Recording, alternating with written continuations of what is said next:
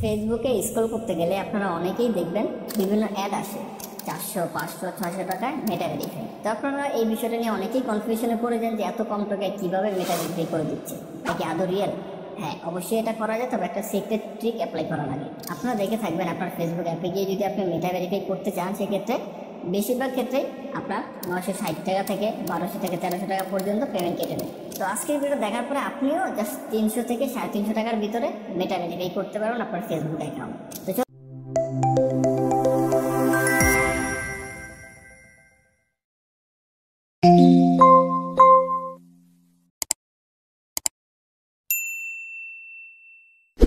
তো দেখে নেই কিভাবে কম টাকায় ফেসবুকের মেটা ভেরিফাই করতে হয়। Let's check it out. Okay, এই জন্য ফার্স্ট অফ অল আপনাকে ফেসবুক অফিসিয়াল অ্যাপে আপনার ফেসবুক অ্যাকাউন্টে লগ ইন দিতে হবে, যে অ্যাকাউন্টটা মূলত আপনি মেটা ভেরিফাই করতে চাচ্ছেন।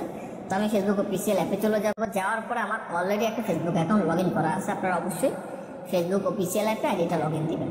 লগ ইন দেওয়ার পরে প্রোফাইল আইকনে ক্লিক করে দিবেন। প্রোফাইল আইকনে ক্লিক করে দেওয়ার পর এখানে ডান পাশে দেখবেন থ্রি ডট, এই থ্রি ডটটা ক্লিক করে দিবেন। থ্রি ডটে ক্লিক করে দেওয়ার পর দেখবেন এখানে একটা অপশন আছে মেটা ভেরিফাই, এই অপশনে ক্লিক করে দিবেন।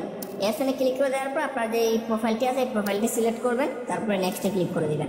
নেক্সটে ক্লিক করে দেওয়ার পর এখানে আনলক বেনিফিট, এই অপশনে ক্লিক করে দিবেন। তারপর এখানে এই যে দেখেন এই প্রোফাইলটা ভেরিফাই করার জন্য আমার থেকে 960 টাকা চাচ্ছে এক মান্থের জন্য, মানে এক মাসের জন্য।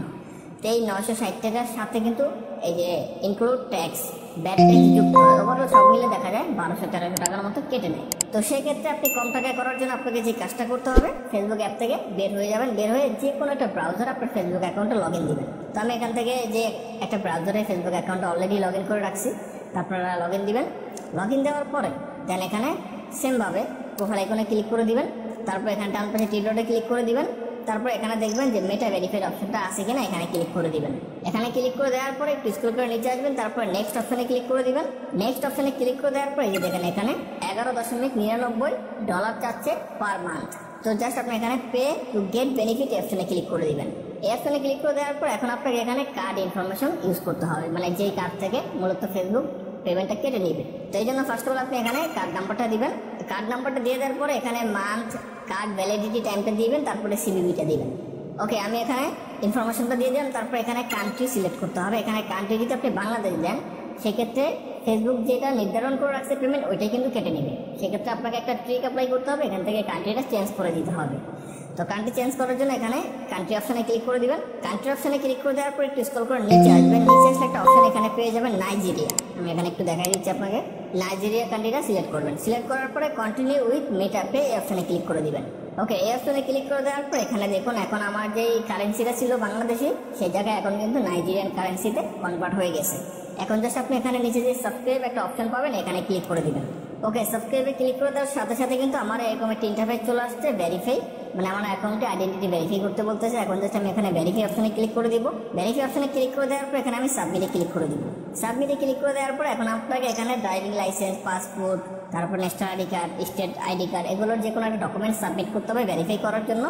বাট আমি সাবমিটটা এখান থেকে করবো না, আমি সরাসরি এখন ফেসবুক অফিসিয়াল অ্যাপে চলে যাব। ঠিক আছে, ফেসবুক অফিসিয়াল অ্যাপে চলে আসলাম। আসার পর আমি আপনাদেরকে একটু দেখাই নোটিফিকেশনে গিয়ে। এই যে দেখেন এখানে নাইজেরিয়ান 3799 কারেন্সি কেটে নিচ্ছে আমার কার্ড থেকে। এখন আমি যদি গুগলে এটা ট্রান্সলেট করি, আপনাদেরকে একটু দেখাই।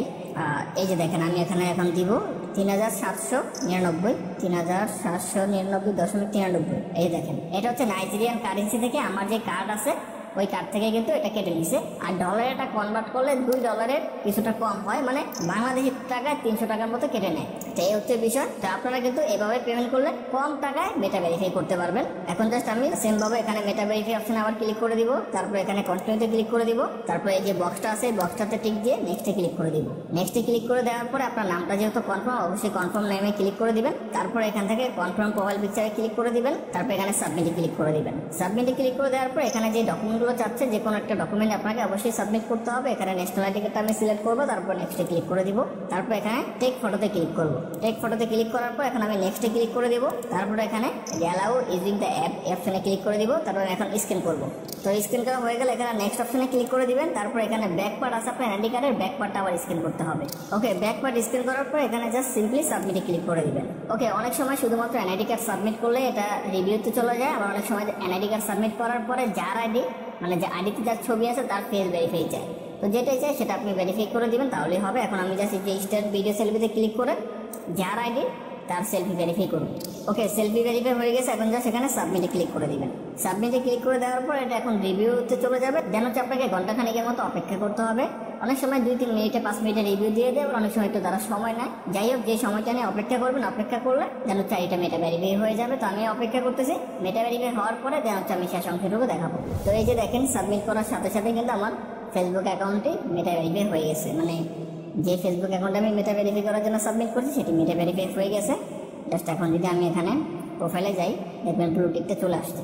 এই দেখেন, নামের পাশে ব্লু টিকটা চলে আসছে। এভাবে খুব ইজিলি কিন্তু আপনারা মেটা ভেরিফাই করতে পারবেন। এখন কথা হচ্ছে, মেটা ভেরিফাই করতে গেলে কি কি লাগে? আপনার এনআইডি কার্ড লাগে বা ডকুমেন্ট লাগে। যেই ডকুমেন্টগুলো চাইছে ওই ডকুমেন্টগুলোর কোনো একটা থাকা লাগবে, এবং আপনার ডুয়েল কারেন্সি কার্ড থাকা লাগবে, যে কার্ড দিয়ে ফেসবুককে মূলত আপনি পেমেন্টটা করবেন। ঠিক আছে? তো আরেকটা জিনিস, এই ভিডিও দেখার পর অনেকেই হয়তো বা আমাদের সাথে যোগাযোগ করবেন মেটা ভেরিফাই করার জন্য কম টাকায়। একটা জিনিস মাথায় রাখবেন, মানে নিজের ডুয়েল কারেন্সি কার্ড পেমেন্ট করার জন্য এবং এনআইডি কার্ড থাকলে তবে আপনি নিজে এটা কম প্রাইসে করতে পারবেন। বাট আপনি যদি অন্য কারো হেল্প নিয়ে কাজটা করেন, সেক্ষেত্রে কিন্তু এই প্রাইস আপনি কখনোই করতে পারবেন না। ঠিক আছে?